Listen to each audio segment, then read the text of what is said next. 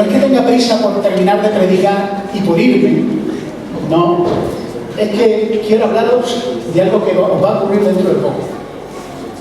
Y dentro de poco, ¿qué os va a ocurrir? Algunos ya lo habéis hecho, hacer la maleta. ¿Alguno ha hecho ya la maleta o está pensando en hacer la maleta?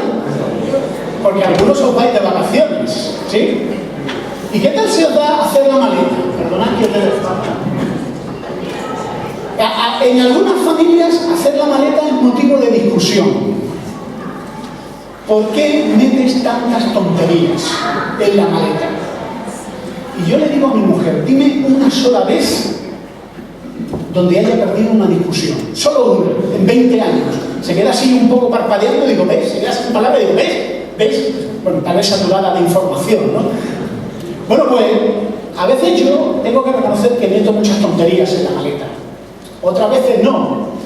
Y si te vas de viaje a las Islas Caimán, tendrás que llevar cosas adecuadas. Así que yo he hecho una maleta para las Islas Caimán y quiero que me digáis qué os parece la maleta que he hecho y las cosas que he llevado, si a lo mejor son trastos inútiles o son cosas necesarias, porque para mí esto todo es importante. Voy a abrir algunas cosas que tengo aquí, como por ejemplo, mirad, mi placa de que ya he hecho un año de carnet de conducir. Gracias.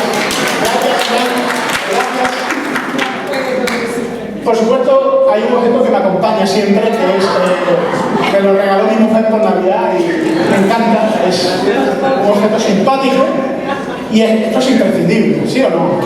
¿No? Tengo más cosas por aquí. A mí me gusta cocinar, así que me he traído, por si me quiero hacer un pisto. Y ¿vosotros no echáis esto en la maleta?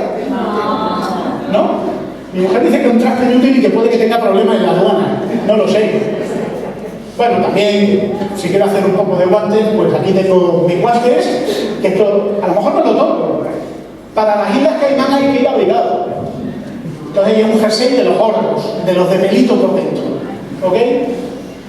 Luego a ver cómo metemos todo esto. Bueno, y nunca se sabe cuándo necesitas una herramienta.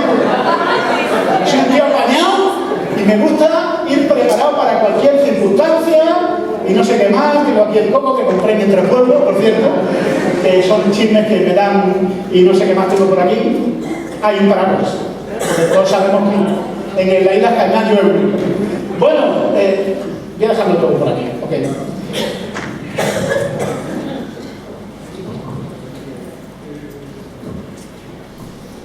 Hacer una maleta es una cosa para pensárselo. Y os digo una cosa. La vida es un viaje.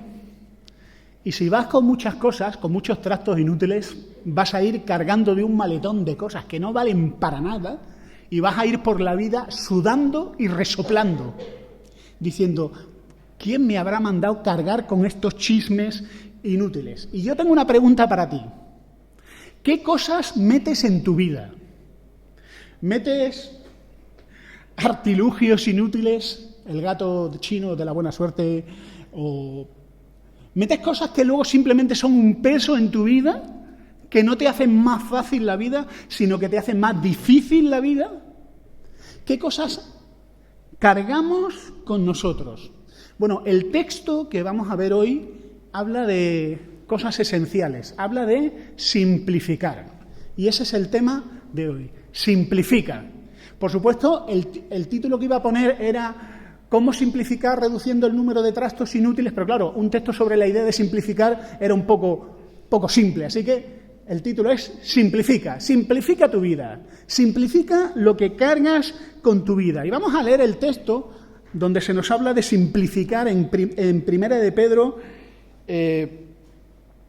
capítulo 4, versículo 7, Primera de Pedro, capítulo 4, versículo 7, que dice así: mas el fin de todas las cosas se acerca. Sed pues sobrios y velad en oración. Y ante todo, tened entre vosotros ferviente amor, porque el amor cubrirá multitud de pecados.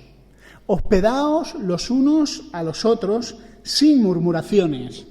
Cada uno, según el don que ha recibido, ministrelo a otros como buenos administradores de la multiforme gracia de Dios. Si alguno habla, hable conforme a las palabras de Dios. Si alguno ministre conforme al poder de Dios, que Dios da, para que en todo sea Dios glorificado por Jesucristo, a quien pertenecen la gloria y el imperio por los siglos de los siglos. Amén.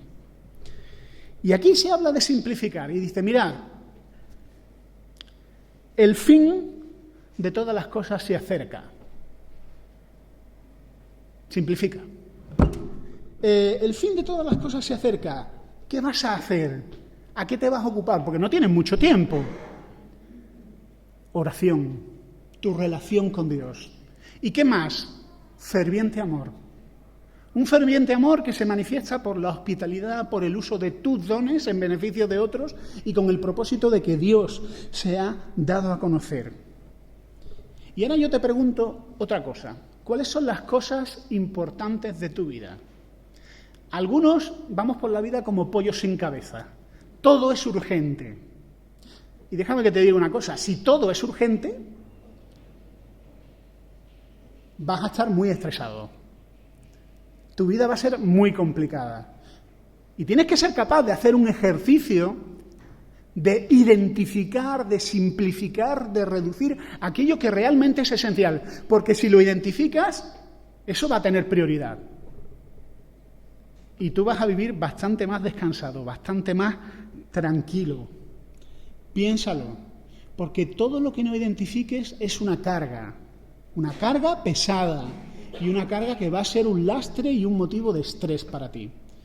Hace unos meses una mamá de esta iglesia, no voy a decir el nombre, me ha dicho, por favor, Julio, no digas mi nombre, estaba en el autobús con uno de sus hijos. Y enfrente de la mamá y de su hijo había un niño que estaba mirando el móvil. El niño mira a su mamá y dice, mamá, ¿por qué no tengo un móvil? Todos tienen móvil en mi clase, menos yo. La madre le dijo una respuesta muy interesante y yo me la guardé. Le dijo, mira, hijo, si tú tuvieras un móvil, ¿sabes qué pasaría? Que en lugar de estar hablando tú y yo, tú estarías mirando el móvil y yo estaría mirando por la ventana. Y un día yo no voy a estar contigo y vas a echar de menos estas conversaciones. Y a ese niño se le abrieron los ojos y se dio cuenta de que su mamá no iba a estar siempre allí. Por cierto, me dijo, toda la tarde se la pasó abrazándome. Identificar que el tiempo que tienes es corto te va a dar una perspectiva adecuada de las cosas. Y aquí lo que está diciendo la Escritura es, el fin de todas las cosas se acerca, te queda poco tiempo. El tiempo no es un chicle que podemos estirar hasta el infinito. Tenemos que saber qué cosas son importantes. Mirad, en las religiones orientales dicen que el tiempo es una rueda. Los hindúes le llaman samsara, la rueda de la muerte y la reencarnación. Y dicen que la vida es un continuo morir y renacer. En el judaísmo, en el cristianismo, se nos ha revelado que la historia no es un círculo, es lineal. Tiene un principio. En el principio creó Dios los cielos y la tierra. Y tiene un final. Y aquí yo vengo pronto. Y oramos los creyentes, venga a nosotros tu reino. La historia es lineal. Y eso nos enseña a valorar el tiempo. A veces dicen de los cristianos que estamos obsesionados con el fin del mundo, que estamos pensando en el cielo y fuera de la realidad, pero no es así. Saber que el tiempo es corto nos ayuda a valorar lo inmensamente valioso que es el tiempo. Y el contexto de la carta de Pedro, que llevamos ya meses estudiando, es un contexto de persecución. Persecución. ¿Sabéis qué es persecución? Es ansiedad a lo bestia. Es preocupación sobre si tu marido o tus hijos van a volver después de salir a casa. Es preocupación por si te van a quitar todas las propiedades y ahora de qué vamos a vivir. Los creyentes perseguidos viven en una presión mental y una angustia intensa. Y lo que dice aquí la palabra de Dios es: sed sobrios. Ser sobrio tiene que ver con simplificar tu vida y con tomar el control decidiendo qué es importante. Y aquí lo que dice: sed sobrios, velad en oración. La oración es esencial, eso sí hay espacio en la maleta para la oración. Y tened entre vosotros ferviente amor, el cuidado uno de otros, eso tiene que estar. Las personas son importantes. Y si no hay sitio para más cosas, para la oración, para tu relación con Dios y para el amor y el cuidado de otros, tiene que haber sitio. Y si tienes que quitar trastos inútiles, los quitas. Porque eso es esencial. La sobriedad tiene que ver con tu mente. Una mente en la que no está, ay, todo es importante, sino, a ver, esto es importante. Y si no hay tiempo para lo demás, que espere. Algunas mamás me estáis mirando y estáis diciendo, eso que dices es muy fácil, pero no es tan fácil. Lo sé, no es tan fácil. Por eso la palabra de Dios nos exhorta a simplificar. Cuando experimentamos ansiedad, angustia, cuando experimentamos culpa por cosas que no hemos terminado, pregúntate si tal vez estás metiendo demasiadas cosas en tu vida y simplifica. Y una de las cosas es la oración. El Señor Jesús, un personaje histórico, no es un cuento, no es una leyenda oral pasada de hijos y distorsionada, sino es un personaje histórico cuya vida ha quedado reflejada en documentos que son los 4 evangelios y más testimonio escrito que hay. El Señor Jesús dedicó mucho tiempo a enseñarnos sobre la oración. Si yo te digo aquí, he dejado unas notas para que trabajéis individualmente y en los grupos de crecimientos, si yo te digo aquí, ¿serías capaz de recordar algunas de las enseñanzas de Jesús sobre la oración? Seguro que se os vienen unas cuantas a la cabeza. El juez injusto y la viuda. Una viuda que no le hacían justicia, pero era muy pesada. Era pesada. Y Jesús dice, tenéis que orar así. Tenéis que ser muy pesados, perseverantes, insistentes. El amigo que viene a medianoche y no tienes nada que ponerle de ofrecer. Y va a tu vecino y dice, oye, dame algo para que le ponga a mi amigo. Déjame en paz, es de noche. Y el otro insiste. Hay mucha enseñanza de la oración. Jesús mismo enseñó con su ejemplo. Y los discípulos vieron a Jesús relacionarse con Dios. Él no nos enseñó a predicar. Y predicamos. Él no nos enseñó a construir edificios y construimos edificios. Él nos enseñó a orar, a hablar con Dios. Y para eso debe haber tiempo en tu vida. ¿Cómo oramos? ¿Por qué oramos? El Señor nos ha enseñado que la oración debe ser perseverante.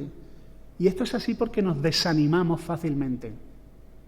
Porque nos distraemos. El Señor nos ha enseñado que la oración es para alinearnos con Dios. No es para manipular a Dios. Eso es magia. El cristianismo no es magia. Venga, vamos a manipular a Dios. No. Es para ponernos en sintonía con Dios y para que estemos en su camino. Oramos también para que el testimonio de estas buenas noticias de salvación en Jesús lleguen a más sitios. Oramos para que la paz de Dios inunde nuestros corazones. Por esto oramos. Y ahora yo te pregunto, ¿y qué te impide a ti orar? Todo. ¿No te pasa a ti que cuando te pones a orar suena el teléfono? ¿Llaman a la puerta? ¿Te pica el cuerpo? ¿Te distraes con una mosca? Esto es esencial. La oración es esencial. Debe haber espacio en tu vida para la oración. Y si no lo hay, simplifica. Llegamos al final de curso y echo la vista atrás. Y echo la vista atrás con las cosas que nos han pasado en el grupo de crecimiento del que soy parte. Y sabéis que siempre me jacto mucho, o nos jactamos, ¿no?, de cómo el Señor responde a oraciones. Bueno, hay cosas a las que el Señor no nos ha respondido en oración y seguimos orando, perseverando. Hay problemas serios por los que estamos orando.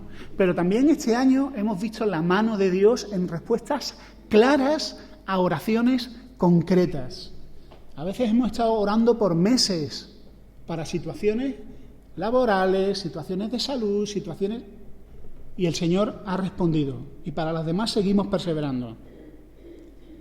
Orar es ponernos en contacto con lo sobrenatural. En el momento que cruzas la puerta de la oración, le estás dando espacio a Dios para que Él haga sus casualidades. Cuando cruzas la puerta de la oración, Dios empieza a hacer cosas. Quizá no como tú te lo esperabas, pero entras en el terreno de lo sobrenatural. La vida cristiana es muy interesante, ¿eh? No es nada aburrida. La reunión de oración, quiero también hacer una reflexión, ¿no? Sabéis que todos los martes a las 7:30 nos reunimos para orar. Durante mucho tiempo yo no pude porque por temas de trabajo salía muy tarde, pero el Señor me bendijo y me dio un horario mejor. Y yo he aprendido mucho de la reunión de oración. He aprendido de la fidelidad de muchos hermanos que vienen a orar y no lo tienen nada fácil. Mirad, os voy a decir, no voy a dar nombres. Hay hermanos que se pasan más tiempo en el transporte público que en la reunión de oración. Yendo a la reunión de oración y volviendo de la reunión de oración, pasan más tiempo yendo y viniendo que la oración en sí. Y alguno podría decir, ¿vale la pena? Si es una prioridad, hay sitio en tu maleta. Si es una prioridad, hay sitio y hay lugar para la reunión de oración. Y hay otra cosa que he aprendido los martes. Orar es un trabajo duro, porque se ora, los martes se ora.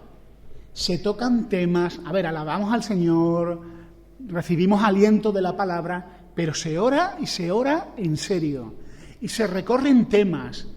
Y oramos por la marcha de la Iglesia y por personas en concreto. Orar es un trabajo duro, como dice Ezequiel 22. Busqué entre ellos un hombre que hiciese vallado y que se pusiese en la brecha delante de mí, a favor de la tierra, para que yo no la destruyese y no lo hallé. Así que, hermanos, animaos. Y si no puedes, ofréndale a Dios un tiempecito cada semana para orar. Igual que otros hermanos van los martes y ofrendan un tiempecito para orar. Hemos dicho que hay dos cosas esenciales. El fin de todas las cosas se acerca. Sed pues sobrios y velad en oración. La oración es una prioridad. ¿Y cuál es la segunda prioridad que hemos dicho? El amor. Tened entre vosotros ferviente amor. Y luego dice, es muy interesante, dice, porque el amor cubrirá multitud de pecados. Este texto se ha utilizado muy mal. De hecho, he visto unas 4 interpretaciones de este texto y algunas muy enrevesadas. Pero este texto simplemente significa, y esto es una interpretación sencilla, literal, textual y práctica, que el amor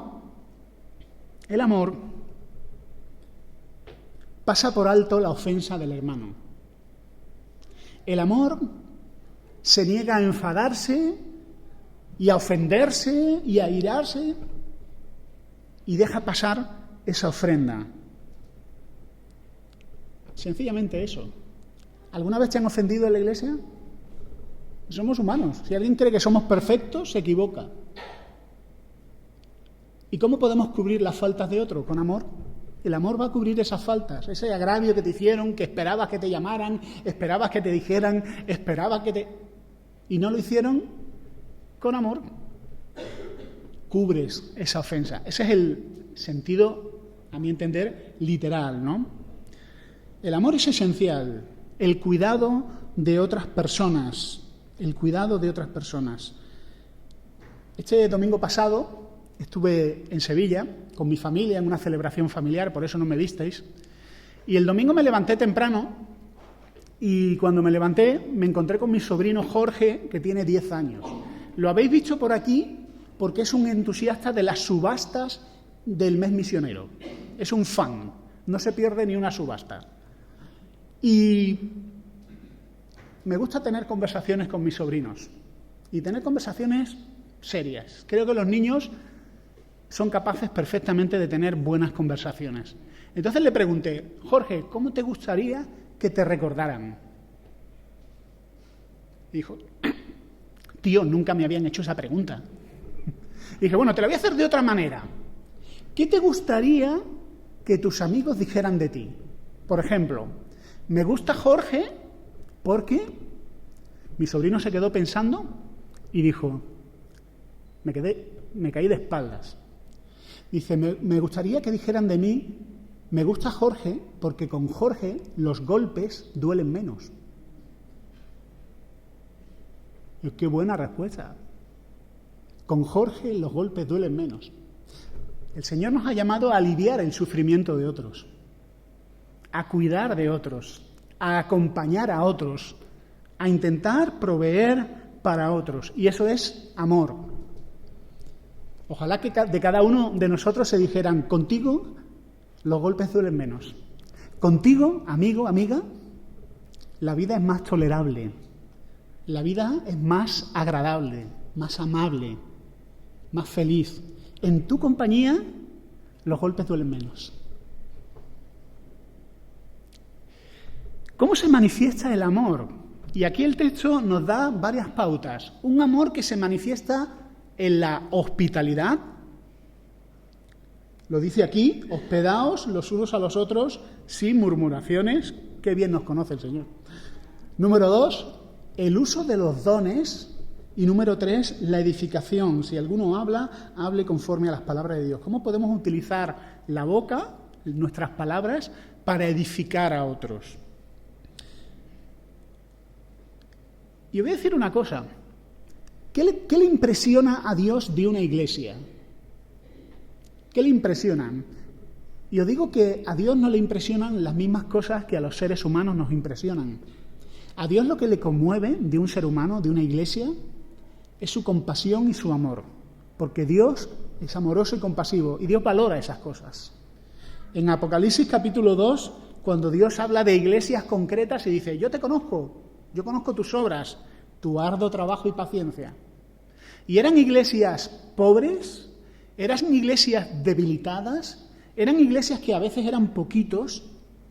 Y dice, yo conozco tus obras y tu tribulación y tu pobreza. Dios no despreciaba, mira, son pobres. Qué pena de iglesia. No tienen ni para pagar la luz. Pero dice, no me importa eso. Valora otras cosas. Yo conozco tus obras, ¿dónde moras? ¿Dónde está el trono de Satanás? Pero retienes mi nombre y no has negado mi fe.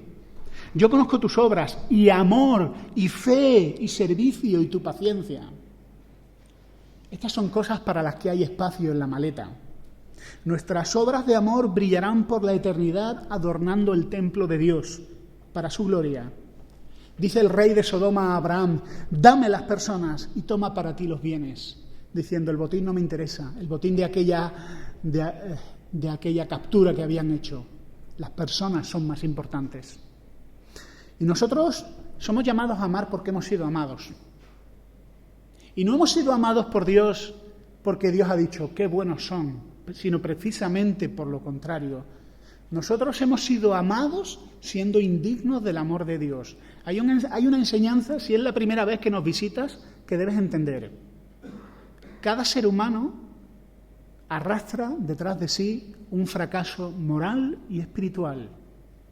Algunos aparentamos muy bien, pero por dentro no somos los que aparentamos. Fracaso con Dios. Hemos fracasado y hemos fallado a Dios. Hemos fracasado y hemos fallado a nuestra familia, a nuestros amigos y a los que nos quieren. Y no tenemos nada con lo que presentarnos a Dios y decir, Señor, ámame, soy genial. Así no funciona el cristianismo. El Señor nos ama a pesar de nuestro fracaso y a pesar de nuestra ruina. Y Él lo hizo entregándonos a su Hijo como aquel que nos reemplaza y que sufre el juicio de Dios en nuestro lugar. Somos llamados a amar porque hemos sido muy amados. Y no podemos vivir de otra manera. Somos llamados a amar porque Dios nos amó primero ¿Qué vamos a hacer? Cuando alguien recibe tanto amor, no le queda otra que devolver amor. La hospitalidad, el uso de los dones. Bueno, una forma práctica de mostrar amor es la hospitalidad, abrir tu hogar. Abrir tu hogar para invitar a comer. Abrir tu hogar, y un sentido de la hospitalidad, según los eruditos del Nuevo Testamento, es para celebrar reuniones. Esto es una forma muy interesante de ser bendecido. Si tú abres tu hogar para celebrar reuniones, le has abierto la puerta de tu casa a la bendición de Dios. ¿Sí o no? Yo tengo amigos que son gente ya que son muy mayorcitos, no tenían mucho dinero, abrieron su casa para los grupos de jóvenes, para reuniones. A veces tú no sabías quién era hijo de ese hombre y de esa mujer, porque estaban todos los jóvenes de la iglesia siempre en su casa. Y Dios los ha bendecido. Los ha bendecido mucho, y los ha bendecido porque toda esa familia, todos esos hijos, todos esos nietos están caminando en los caminos del Señor. Y esos niños han visto a hombres y mujeres de Dios pasar por esa casa y han recibido mucho, y la bendición de Dios se ha quedado en esa casa. Cuando abres tu hogar hay una bendición especial. Y una buena idea de ser hospitalario es abrir tu hogar para tener un grupo de crecimiento en tu hogar. Somos una iglesia que se reúne en casas. Y si un día este edificio, Dios no lo quiera, saltara por los aires, la iglesia de Suances seguiría adelante gracias a los hermanos, a las familias que han abierto sus casas para tener reuniones. No dependemos tanto, y es una bendición. Usar tus dones. Dice la Escritura aquí que somos administradores, ¿y qué dice? Administradores de la multiforme gracia de Dios. Sabéis que la palabra original es multicolor, o por decirlo de otra manera, inmensamente variada. Dios tiene tanta capacidad y tantas riquezas y nos bendice de tantas maneras, con tantos dones, que es imposible enumerar los dones que Dios da a la Iglesia. A los humanos nos gusta decir, no, está el don de servicio, el don de esto, el don de exhortación, pero es que hay muchos más. La multiforme gracia de Dios. Y la Biblia dice una cosa, dice varias cosas sobre los dones. Lo primero que dice es que todos tenemos dones. Alguno puede decir, no, yo no tengo ningún don. Hace años estaba en una reunión, cuando era muy jovencito, estaba en una reunión de pastores, y un pastor, que estaba el hombre melancólico, dice, a veces nos preguntamos cuál es el don de ciertos hermanos. Y yo me pregunto, decía este pastor tan melancólico, si algunos hermanos el único don que tienen es el de hacer que los demás tengamos más paciencia. Y a mi lado estaba un misionero argentino-inglés, don Carlos Morris, que se volvió hacia mí y me dijo, esperemos que no desarrollen ese don. Bueno, yo tengo ese don de desarrollar la paciencia y vosotros sois testigos, así que sois bendecidos. Gracias a mí tenéis más paciencia. Gloria a Dios, ¿verdad? Y seguiré desarrollándolo, no os preocupéis. Todos tenemos un don, y más de un don. Y la otra cosa que enseña la Escritura es, tú eres administrador de ese don. ¿Sabéis qué es un administrador? Un administrador es una persona que ha recibido algo que no es suyo para utilizarlo para los fines del que se lo ha dado. Es decir, un administrador, tú y yo recibimos dones y no los recibimos para decirlos, voy a enterrarlos, como decía la parábola del Señor Jesús. Porque Dios va a venir y va a decir, ¿y qué has hecho con los dones que te he dado? Te los di para mis fines. Y ese fin ni siquiera es la bendición de otros. El fin es que Dios sea conocido y admirado.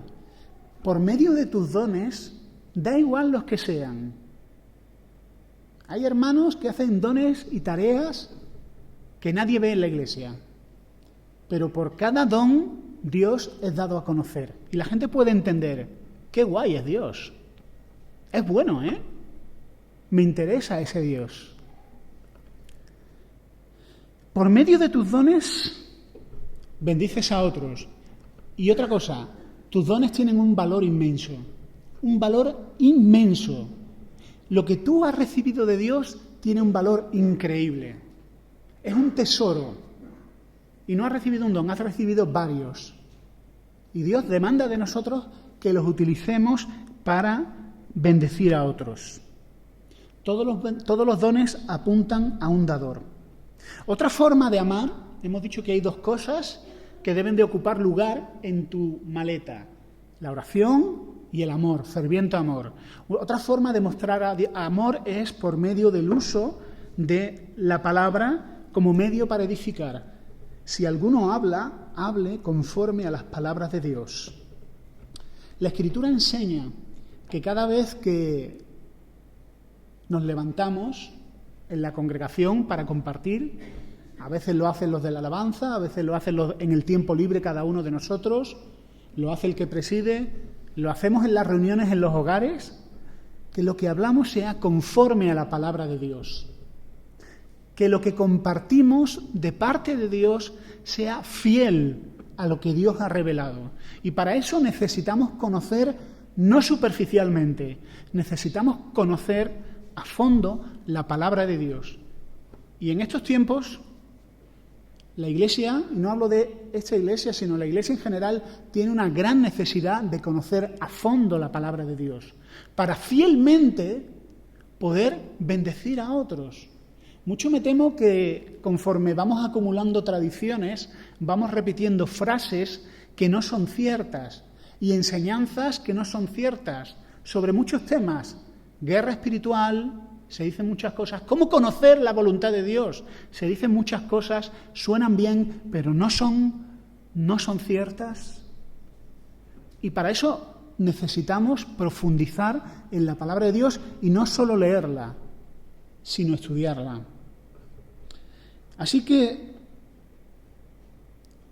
te vayas de vacaciones o no te vayas de vacaciones, estás emprendiendo un viaje y la capacidad de meter cosas en tu vida es muy pequeña. Simplifica. Si es la primera vez que vienes a esta reunión o llevas varias veces viniendo, te voy a pedir que le hagas sitio a Dios en tu vida. Alguno dirá, tengo una vida tan ocupada que no queda sitio para Dios. Sí queda. Hay otras cosas que están ocupando ese sitio. Pregúntate si son necesarias.